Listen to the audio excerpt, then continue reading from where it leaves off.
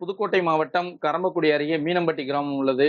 இந்த கிராமத்தில் மீன முனியாண்டவர் கோவில் திருவிழாவை முன்னிட்டு ஆண்டுதோறும் ஜல்லிக்கட்டு போட்டி நடைபெறுவது வழக்கம்.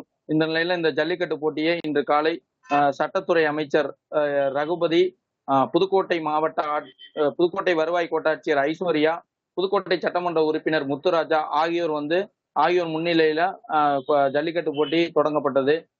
இந்த ஜல்லிக்கட்டு போட்டி தற்போது வரை திருச்சி, சிவகங்கை, புதுக்கோட்டை உள்ளிட்ட பல்வேறு மாவட்டங்களில் இருந்து 850 காளைகளும் 350 வீரர்களும் பங்கேற்று வருகின்றனர்.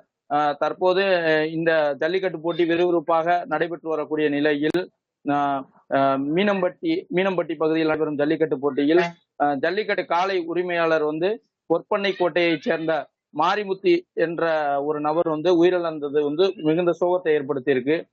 தற்போது அவரது உடல் பிரேத பரிசோதனைக்காக புதுக்கோட்டை மருத்துவக் கல்லூரி மருத்துவமனைக்கு அனுப்பி வைக்கப்பட்டிருக்கு. தற்போது இந்த ஜல்லிக்கட்டு போட்டியில இவர் உயிரிழந்த சம்பவம் மிகுந்த பரப்பை ஏற்படுத்தியிருக்கு. மேலும் இந்த சம்பவம் குறித்து மலையூர் போலீசார் தற்போது விசாரணை நடத்தி வருகின்றனர். தற்போது ஜல்லிக்கட்டு போட்டி விறுவிறுப்பா நடைபெற்று வருகிறது.